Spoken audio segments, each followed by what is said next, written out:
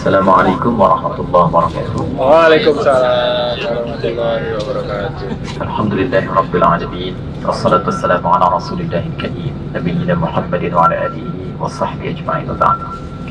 Alhamdulillah, Bapak Ibu, keluarga jemaah sekalian, kita bersyukur pada Allah Subhanahu wa taala diberikan kesempatan untuk bisa beraktivitas berkehidupan di kota suci Makkah Al-Mukarramah. Mukarramah artinya sesuatu yang dimuliakan. Karena itu kita sering mengambil sifat ini dengan mengatakan pada orang Al-Mukarram, yang dimuliakan. Nah, Makkah ini memiliki dua sifat kemuliaan, disebut dengan Al-Haram Asy-Syarif. Dengan Al-Madinah Al-Munawwarah disebut Al-Haramain Asy-Syarifain. Al-Haram artinya di tempat ini kita akan diuji oleh Allah dan dibantu, dibimbing untuk meninggalkan segala sifat-sifat yang kurang baik.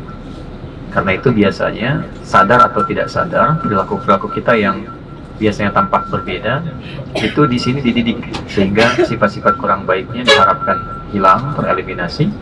Lalu muncullah sifat syaraf, sifat-sifat mulia dengan kesadaran ingin berbuat lebih baik. Itulah keutamaan Makkah dibandingkan dengan kota-kota yang lainnya. Nah, untuk mendapatkan sifat itu, karena tidak semua orang yang datang ke Mekah mendapatkan dua sifat itu. Belum tentu ada orang bisa mengoreksi diri, belum tentu ada orang jadi lebih baik.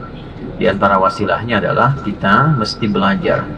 Di setiap tapak-tapak kota suci ini ada jejak sejarah dan pelajaran-pelajaran penting yang membuat kita bisa merefleksikan diri sehingga mendapatkan insya Allah dua kemuliaan tadi. Dalam rangka itulah kita insya Allah akan belajar di sekitaran daerah haram di kota Makkah Al-Mukarramah. Jadi ada Makkah secara umum, ada daerah haram, ada batasnya. Nah, di daerah ini yang akan kita tuju insya Allah, kita akan mengarah ke Armina namanya, Arafah dan sekitaran Mina. Mudah-mudahan semua apa yang kita agendakan diberikan oleh Allah Subhanahu wa taala kelancaran dan kemampuan untuk bisa menggali lebih dari itu semua.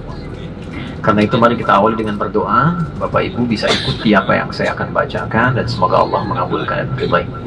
Bismillahirrahmanirrahim. Bismillahirrahmanirrahim. Bismillahi tawakkalna. Bismillahirrahmanirrahim. 'Alallahi la haula La haula wa la quwwata wa la quwwata illa billah illa billahil al-'aliyyil 'azim. aliyyil azim. Allahumma Inna na'udzubika na'udzubika an nadilla an nadilla aw nudalla aw nudalla aw nazilla aw nazilla aw nuzalla aw nuzalla aw nazlima aw nadlima aw nuzlama aw nudlama aw najhala aw najhala aw nujhala 'alaina aw nujhala alayna aw nabghiya aw nabghiya aw nubgha 'alaina. aw nubgha alayna. Alhamdulillah rabbil alamin. Sebelumnya saya sampaikan dulu, sebelah kanan ini Bapak Ibu sekalian itu kelihatan bis-bis ya. Nah, itu disebut dengan Subco bisnya. Sebetulnya nama merek dari satu bis. Ini terminal. Di area ini nanti ada bis-bis yang mengantarkan kita saat musim haji ya. Ya, jadi semacam bis penyambung ya. Jadi ke daerah-daerah maktab-maktab kita biasanya di luar ring satu, nanti pakai bis diarahkan ke tempat ini baru jalan ke Masjid Al-Haram. Baik, saya akan sedikit mengulas doa yang kita bahas tadi dan kita bacakan karena tidak semua orang Islam itu bisa memahami detail doanya. Biasanya yang dibacakan itu hanya Subhanalladzi sakhkhara lana hadza wa ma kunna lahu muqrinin wa inna ila rabbina lamunqalibun, dan itu doa standar yang baik yang terdapat dalam Al-Qur'an. Nah, yang tadi itu doa khusus secara detail minta kepada Allah supaya pertama perjalanan kita dilindungi oleh Allah Subhanahu wa taala. Yang kedua, kita meminta kepada Allah supaya nggak tersesat atau disesatkan orang lain. Kadang-kadang kita sulit mencari jalan, begitu bertanya malah lebih jauh ya. Kemudian yang kedua, supaya kita tidak bertindak yang tidak pantas saat di jalan ya, terjaga diri dari hal yang buruk. Kemudian juga diperlakukan oleh orang lain secara pantas.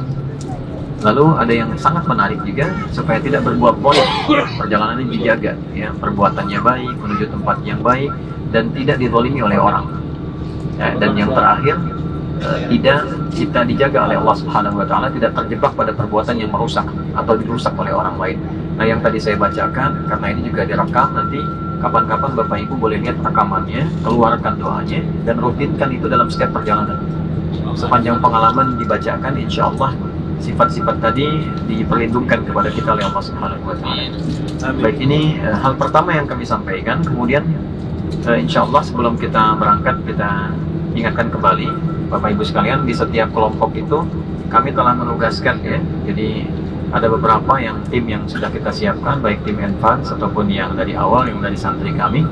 Itu sudah Bapak Ibu bisa lihat, ada santri wah, itu kalau ada apa-apa silakan dikomunikasikan untuk memudahkan. Ya, mereka datang lebih awal di sini dan pulangnya pun belakangan karena mereka akan mengikuti daurah Quran dulu kurang lebih sampai tanggal 10 insya Allah. Baik, perjalanan kita dengan izin Allah Subhanahu wa Ta'ala akan ke beberapa spot. Tidak semua spot itu kita turun, beberapa mungkin kita akan turun dan kita bisa melangsungkan pengajian di tempat-tempat tertentu. Yang lainnya mungkin kita hanya akan melihat dari kejauhan saja ya, karena tidak akan tercapai. Semacam Gua Hira misalnya, mungkin pulang nanti akan lewat saja. Biasanya kita berhenti di 2 titik mengingat keterbatasan waktu untuk kembali ke Mekah, ke Masjidil Haram. Mungkin akan di Gua Thur ya, di Jabal Thur dulu, di bukit atau Gunung Thur. Nanti kita biasanya ada spot kalau tidak padat bisa turun sejenak, dan sudah ada program dari pemerintahan Saudi juga untuk membuat semacam mini museum di situ yang memberikan gambaran-gambaran masa lalu dikemas ya, entah sudah selesai atau belum sampai sekarang, kita akan lihat. Kemudian yang kedua baru nanti di Arafah, agak lebih luas lagi, lebih lapang tempatnya, insya Allah kita akan ta'lim di sana. Baik, ini wilayah Ajiyad Bapak Ibu sekalian. Saya ulangi ya, ini wilayah Ajiyad. Kalau Bapak Ibu naik tadi ke hotel ya, kemudian turun dari situ ke arah Masjidil Haram, lihat kan ada jembatan di dekat istana ya. Masih ingat nggak tadi kita pulang pas ta'lim lewat jembatan itu? Ya, nah itu pintu Ajiyad namanya. Nyambungnya ke daerah sini. Nah, apa pentingnya Ajiyad itu? Masih ingat nggak kalau Nabi hijrah dari Mekah kemana? Oke, ke Madinah, ke Yathrib ya kan? Nah, lewatnya tuh lewat sini dulu Pak Bu, untuk menyamarkan. Jadi sebetulnya ini bukan arahnya ya, tapi disamarkan ke arah Jabal Thur dulu untuk bisa mengelabui para pengejar yang memang mereka disiapkan untuk memburu Nabi Sallallahu Alaihi Wasallam. Nah, ketika diperintahkan itu, ya namanya kita tinggal, misalnya mohon maaf ya, tinggal di satu tempat, lahir di situ, tiba-tiba mesti keluar kan tidak mudah. Maka ketika sampai di wilayah ini, Nabi nengok ke belakang dan mengatakan, "Au kama qala, ya Makkah, anti ahabbu madinatin fil qalbi, laula amarani rabbi an uhajira lama taraktuki." Ya, paham? Tidak. Jadi itu ada elang di atas. Jadi Nabi mengatakan begini, "Mekah, engkau itu kota yang paling melekat dalam hatiku. Kalau Allah nggak perintahkan, aku nggak akan tinggalkan engkau." Ini memberikan kesan bahwa dimanapun kita bertugas, kalau pindah tempat, kota lahir kita, kota tumbuh kembang kita itu tetap nggak bisa dikalahkan oleh situasi apapun. Selalu terpaut kita dengan tempat pertama kali kita terlahir dan kita tumbuh. Ini manusiawi. Ya, ini bagian pertama. Tapi yang kedua, pesan besarnya begini Pak, Ibu, ini yang tidak mudah. Apapun yang kadang kita sukai, tetap tidak akan pernah menyamai takdir Allah. Harapan-harapan kita itu kelihatan bagus, tapi belum tentu jadi baik untuk kita di masa depan. Nah, pilihan Allah itu yang terbaik. Jadi kalau Allah sudah pilihkan sesuatu, kita pengen dan Allah punya keinginan, ikutkan keinginan kita pada keinginan Allah. Itu pasti akan lebih dapat yang terbaik dan lebih hebat di masa depannya. Ya, Nabi tidak mudah meninggalkan kota yang dicintainya. Mungkin bisa bertahan dengan pilihan kemanusiaannya, tapi ketika diikutkan kemudian pilihan yang Allah pilihkan, maka yang terjadi lebih mendapatkan kenikmatan, kenyamanan di Madinah, pengikut lebih banyak, dan ternyata dari semua itu Allah arahkan tuh balik lagi ke kota beliau dengan keadaan yang damai dan tentram, dan bisa kemudian menguasai Mekah dengan kepemimpinan yang sangat baik, dan akhirnya semua bahagia. Jadi kadang-kadang mengikuti keinginan Allah itu awalnya mungkin tidak mudah. Ya, awalnya mungkin ada kesedihan, itu biasa, Nabi sedih, Nabi juga kadang-kadang tersakiti, tapi setelah itu ternyata ada rahasia besar yang kita nggak tahu di depan. Itu yang dimaksud Quran surah kedua Al-Baqarah di ayat 216. Kutiba alaikumul qitalu wa huwa kurhul lakum. Kalau ada yang sedang nggak enak, yang sedang kita lalui, pesan Allahnya perangi perasaan. Jangan sampai terjebak oleh dominasi perasaan kita sehingga menjalani hidup yang real di hadapan kita pun jadi tidak baik. Ya, padahal kita punya kehidupan di hari ini yang mungkin kita bisa jalani dengan baik. Ada istri, ada anak, ada keluarga, ada suami, ada kehidupan kita yang sedang kita jalani, cuman karena terkondisikan oleh suasana hati, semua tidak jadi optimal. Kata Allah, perangi dulu perasaan itu supaya normal dulu dalam bertindak. Asa an takrahu syai'a fa huwa khairul lakum. Yang sekarang kamu rasakan gak enak, kata Allah, boleh jadi aku siapkan sesuatu yang lebih baik yang kamu belum tahu. Wa asa an tuhibbu syai'an wa huwa syarrul lakum. Dan apa yang kamu idam-idamkan itu sekarang kamu nggak tahu, ada sesuatu yang kurang bagus yang kamu belum sadari. Nah, apa logikanya? Kata Allah, wallahu ya'lamu wa antum la ta'lamun. Karena aku tahu masa depan. Engkau kan sering berdoa minta yang baik, minta yang bagus, minta yang berkah. Nah, ini sedang aku arahkan gitu. Ya, cuma jalannya terlihat seperti berliku. Nah, perangi dulu perasaan itu, dilatih kita lebih kuat lagi. Biasanya kalau apa yang kita alami itu lebih dahsyat, lebih kurang enak, itu artinya ada klakson yang kenceng gitu kan, yang mengingatkan kita bahwa oh, ke depan itu ada sesuatu yang lebih hebat, lebih bagus, ya, yang bisa kita dapatkan insya Allah.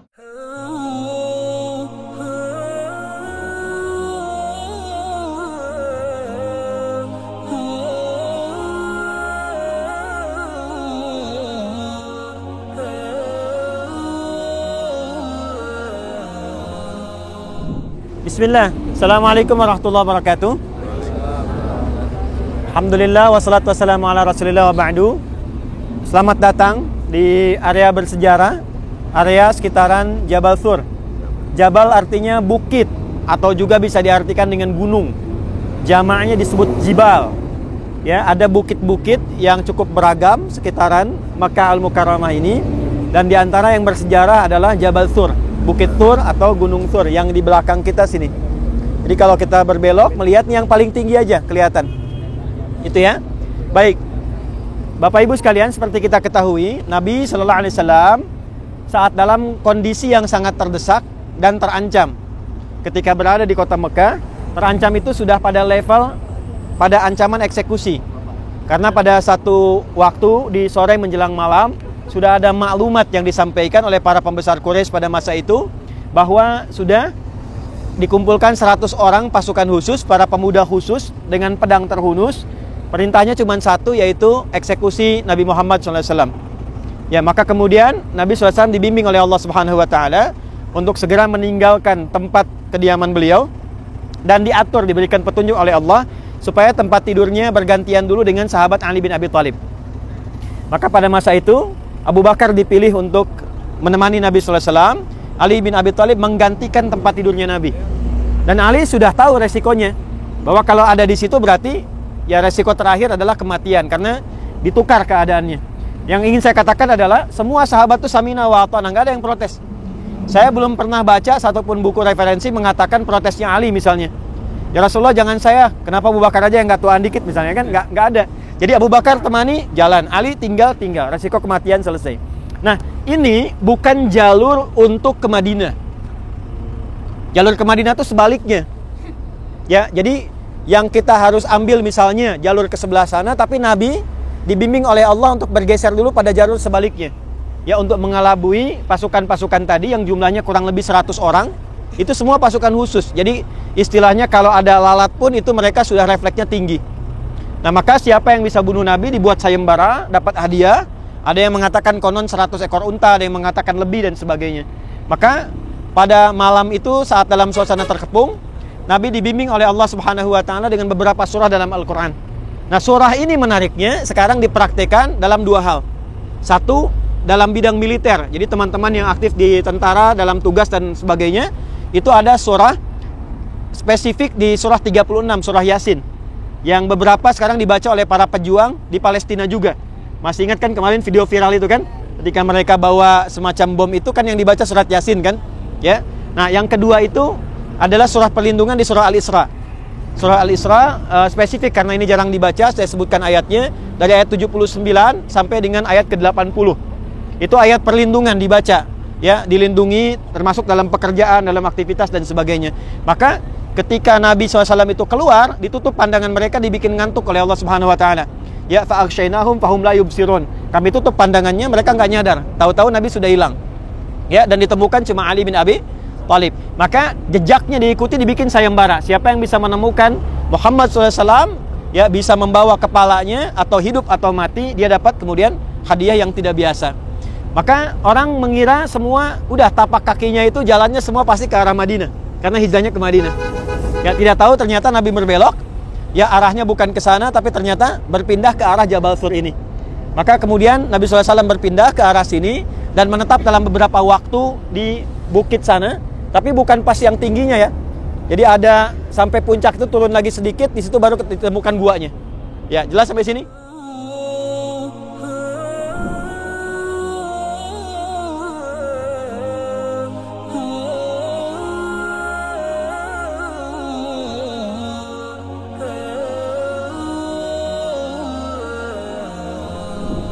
Bismillahirrahmanirrahim. Assalamualaikum warahmatullahi wabarakatuh.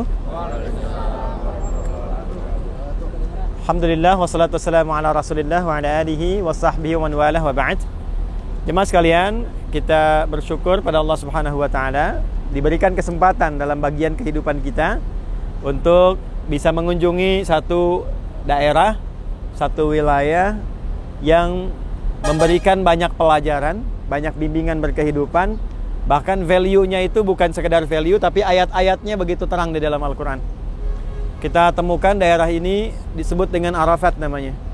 Ya, kita temukan di Quran surah kedua Al-Baqarah di ayat yang ke-198 kita temukan katanya langsung dalam Al-Quran.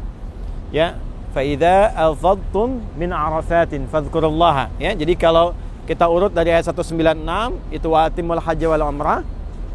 Semua ayat yang terkait dengan ini adalah ayat-ayat terkait dengan prosesi ibadah haji dan umrah. Haji dan umrah. Intinya nanti ada pada haji, umrah itu sebagai pembukanya. Karena itu ulama menyebutnya sebagai haji kecil.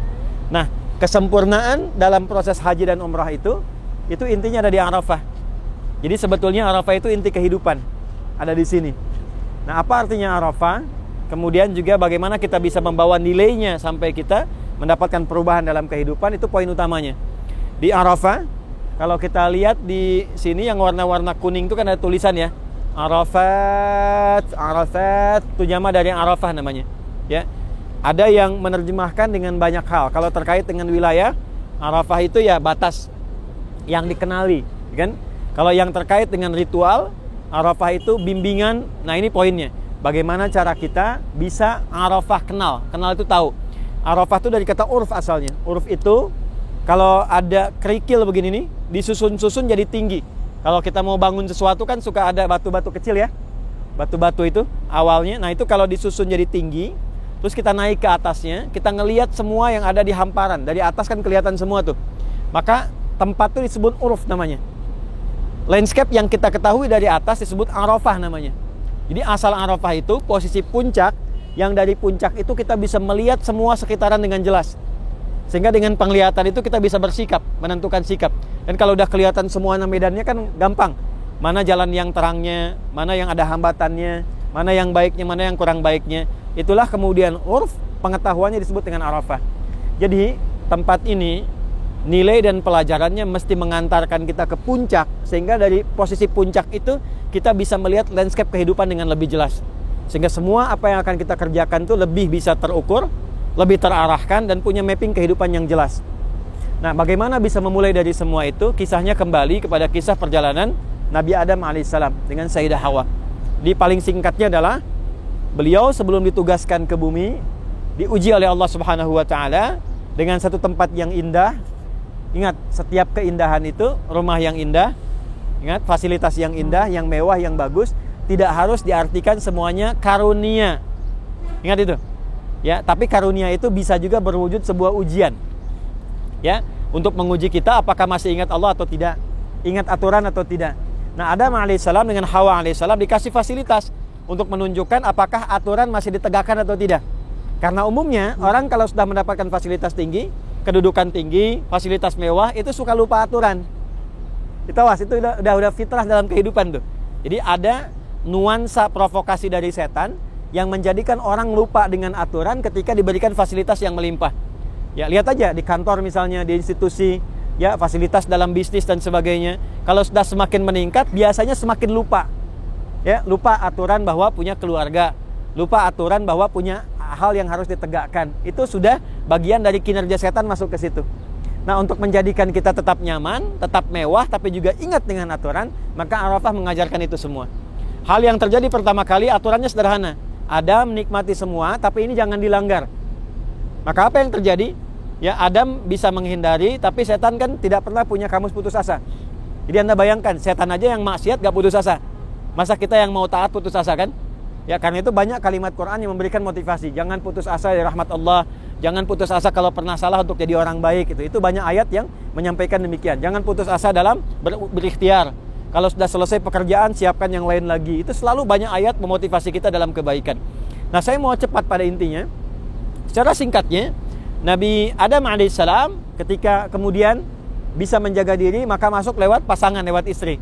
Ya, lagi-lagi lewat pasangan. Nanti digambarkan di sini akan melebar dari pasangan kuat ke anak. Nanti mungkin dari anak kuat keluarga ke teman dan sebagainya. Bisa jadi lingkar-lingkar itu nanti yang ada dibikin 3 bagian. Jadi Adam kuat, istri kurang kuat. Maka terlanggar aturan itu, tapi hikmahnya adalah itu pelajaran untuk anak cucunya ke depan bahwa ditampakkan di awal. Nih setan ini begini cara kerjanya. Ya, provokasinya seperti ini. Maka ketika nanti turun ke bumi itu terpisah keduanya. Terpisah, saat terpisah itu kemudian berkelana mencari, ya. Dari pencarian itu, nah ini saya ingin tampilkan hikmahnya dulu. Biasanya orang-orang yang melanggar ketentuan Allah, yang terjadi pertama kali itu adalah akan ada sesuatu yang kurang nyaman di kehidupan rumah tangganya. Itu pesan moral pertamanya. Jadi kalau saling menjaga, akan terjaga. Tapi kalau ada sesuatu yang salah, itu pasti akan ada persoalan-persoalan yang memisahkan. Kalau pisah tempat masih biasa, tapi pisah kasih sayang, kan? Pisah perhatian, itu yang tidak mudah untuk diatasi. Maka konsekuensi itu terpisah, yang tadinya nyaman terpisah. Ada yang mengatakan Adam turun di India, Hawa turunnya di sekitaran yang sekarang kita sebut dengan nama Jeddah. Nanti besok ketika ke Jeddah kita akan lewati tempatnya. Ya, makanya kenapa disebut dengan Jeddah? Ada pendapat mengatakan bahwa disitulah Sayyidah Hawa, nenek moyang kita turun. Jeddah kan bahasa Arabnya dari kata Jeddah, yaitu nenek kan. Karena nenek kita turun di situ. Jadi ada satu bagian di Jeddah itu yang ditutup oleh batu bata warna krem, ya, kemerah-merahan, itu kuburannya Sayyidah Hawa yang ada di situ. Satu pendapat mengatakan demikian. Hawa di Jeddah, Adam di India. Keduanya menyebar mencari. Nah, naiklah kemudian ketika ke atas bukit, dari jauh kayak kelihatan. Itu kayaknya saya kenal ya. Ya kayaknya saya tahu tuh gerakannya. Ya pasti kenal ya, kan gak ada orang di bumi, cuma 2 orang itu aja. Jadi begitu ketahuan, oh ini paham, kenal, tahu, berkumpullah, bertemu di satu titik. Nah, titik pertemuan itu setelah terpisah sekian lama, durasi yang cukup luar biasa, maka keduanya saling ingat kembali, menyatu kembali, kasih sayangnya tumbuh, ya. Ketika kasih sayang tumbuh itu, mereka berkomitmen untuk menaati Allah dan gak pernah menyimpang lagi. Kasih sayang yang muncul dari perasaan yang dalam disebut dengan rahmah namanya. Tempatnya disebut rahim, karena itu ibu punya rahim, karena di dalamnya ada yang diberikan curahan kasih sayang tanpa batas dalam konteks kemanusiaan. Maka tempat pertemuan itu diabadikan tempat tinggi yang penuh dengan kasih sayang, bahasa Arabnya Jabal Rahmah. Itu posisi yang kadang kita naik itu, sebelah sana. Ya.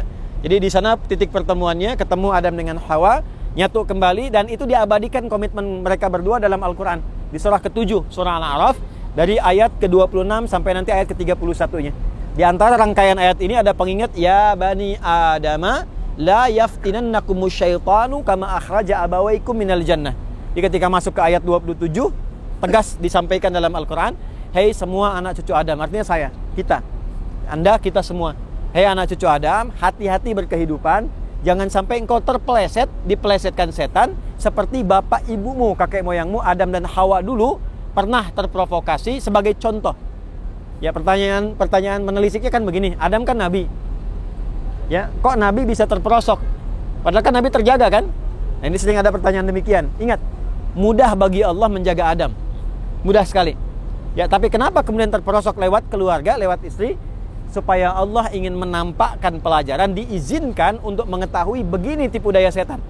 Dan mengajarkan kalimat tobat kepada anak cucunya yang bukan Nabi dan Rasul. Kalau Adam Nabi, Rasul, selesai, dijaga. Kalau kita kan bukan Nabi, Rasul. Jadi kalau salah, nanti cara baliknya bagaimana? Karena itu ketika Adam diizinkan salah, yang misi besarnya adalah membawa risalah taubat. Al-Baqarah ayat 37. Fatalaqqa Adamu mir rabbi kalimatin fataba alaih. Jadi bedanya manusia dengan setan, kalau manusia itu berpotensi salah, tapi juga punya jalan taubat. Kalau setan salah, tapi tidak mau taubat. Makanya kalau ada manusia salah dan tidak mau tobat, itu patut dicurigai bahwa dia sedang terprovokasi oleh setan. Jadi di sini ada landscape kehidupan. Satu, nggak ada manusia yang nggak pernah salah. Jadi kalau datang ke sini, kita masih sadar nggak ada yang sempurna. Jadi kalau kita merasa merasa suci, merasa nggak pernah salah, itu mustahil. Ya mustahil. Sebagai suami pasti pernah salah, sebagai istri pasti pernah salah. Oke, sebagai anak pasti pernah salah. Dan sebaik-baiknya orang salah itu adalah orang yang menyadari kesalahannya lantas dia berusaha menjadi soleh. Nah, jadi refleksi Padang Arafah itu, kenapa pertama kali wukuf diam untuk berkontemplasi, merefleksikan diri? Ya saya memang salah. Jadi di sini nggak usah tinggi-tinggian. Kalau nanti haji, wukuf nggak usah tinggi-tinggian, merendah aja. Semakin merendah, semakin Allah berikan hidayah. Ya kalau suami istri datang minta maaf, ya kan? Perbaiki. Kalau anak minta ampun sama Allah, lu minta maaf pada kedua orang tua. Ini refleksi semua. Jadi kalau bisa menanamkan nilai itu, pulang-pulang jadi orang baik itu pasti itu. Tapi kalau masih angkuh, nggak ada perubahan. Ya, makanya terakhir Arafat, jamak dari Arafah itu kenal. Satu, kenal Allah.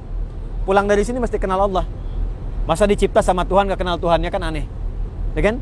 Anda punya bos, kenal bosnya. Ya, dapat orang baik, kenal orangnya. Masa Allah yang maha baik, ngasih oksigen, ngasih hidup, ngasih rizki, nitipkan berbagai hal, kita nggak kenal, kan aneh. Ya kan? Jadi pulang dari sini kenal Allah. Kedua, kenal Rasulullah. Makanya kita dari Madinah dulu, ciri orang berhasil dari Madinah adalah punya rasa cinta pada Nabi. Kan cara kenal Allah lewat Nabi kan? Yang ketiga adalah kenal diri kita sendiri. Kenapa hidup? Kenapa berkehidupan? Kenapa nggak jadi tanaman? Apa tugasnya? Jangan sampai jadi manusia kita nggak kenal bagaimana tugas kehidupan kita. Nah setelah paham tiga ini, baru kita akan mengerti kenapa kita berkehidupan. Ada pasangan, ada keluarga, ada macam-macam. Pelajari dari sini tiga hal, saya tutup.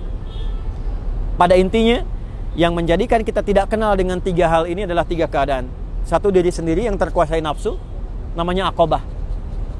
Yang kedua, lingkar terdekat yang mempengaruhi, kadang kita berubah jadi kurang baik. Baik itu pasangan, suami, istri dan sebagainya, itu disebut usta, lingkar dekat. Yang ketiga, orang jauh, kadang keluarga bagus, punya teman baru, penempatan baru, tiba-tiba orang iseng berubah jadi kurang bagus.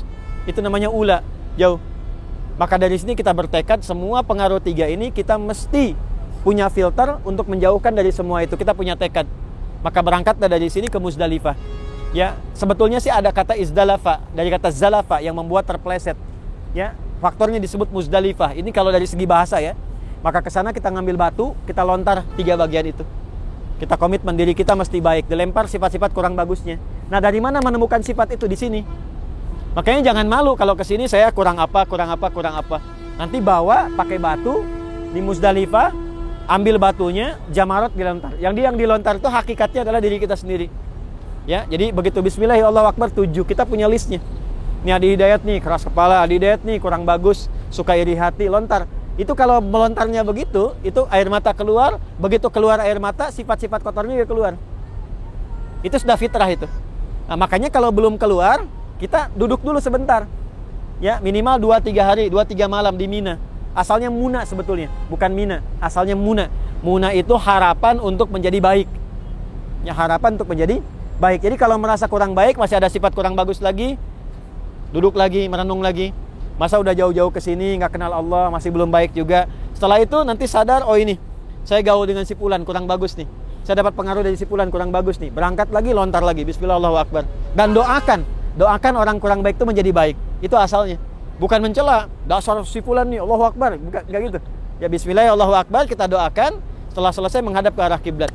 Inilah doanya, inni wajjahtu wajhiya lilladzi fataras samawati wal arda hanifan muslima wa ma ana minal musyrikin. Ya inna salati wa nusuki wa mahyaya wa mamati lillahi rabbil alamin la syarika lahu bidzalika umirtu wa ana minal muslimin wa ana awal muslimin. Jadi ketika menghadap, ya Allah, aku berkomitmen sekarang, aku akan pasrahkan diriku pada ketentuanmu. Mulai sekarang aku berjanji jadi orang baik. Aku akan konsisten dengan sholat, aku tegaskan ibadah. Kalau aku hidup, diberi kesempatan, aku jadi lebih baik. Tapi kalau aku wafat pun sekarang, mohon wafatkan aku dalam keadaan muslim yang baik. Jadi itu risalah terakhir sebagai manusia menemukan tentang hakikat kemanusiaannya. Orang haji itu puncaknya itu.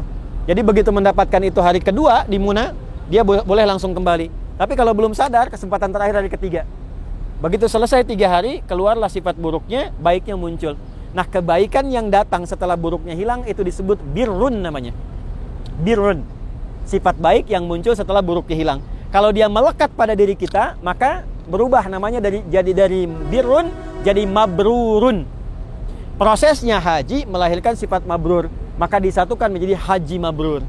Jadi haji itu bukan gelar asalnya, proses ibadah yang melahirkan sifat baik. Jadi disebut Pak Haji, Bu Haji itu maksudnya apa? Memberikan kesan bahwa Anda sudah baik, jangan jadi nggak baik lagi. Makanya pulang-pulang Pak Haji, Bu Haji maksudnya Anda sudah jadi orang baik, jangan nggak baik lagi, lisan nggak baik, kaki nggak baik dan sebagainya. Nah ini adalah haji kecil, kita berada di sini refleksinya demikian. Mudah-mudahan kehadiran kita bisa merubah jadi lebih baik. Ya, datang ke sini. Ini nggak ada ritual apapun selain musim haji. Jadi sekarang nggak ada ritual, cuman belajar aja. Belajar dari semua landscape ini merubah diri kita. Jadi yang bagus tuh begini, begitu tahu lihat Arafah tuh udah, oh ya, saya banyak salah nih, perbaiki. Nanti semakin kuat iman, ingat Arafah aja langsung baca Quran, ketemu Al-Baqarah, ya, udah. Faida afattu min Arafat, begitu menemukan, ya Allah, saya pengen jadi baik lagi. Padahal belum kesini. Itu kalau tahu hikmahnya. Makanya banyak orang mabrur sebelum datang karena bisa merubah dirinya lebih baik dalam pandangan Allah.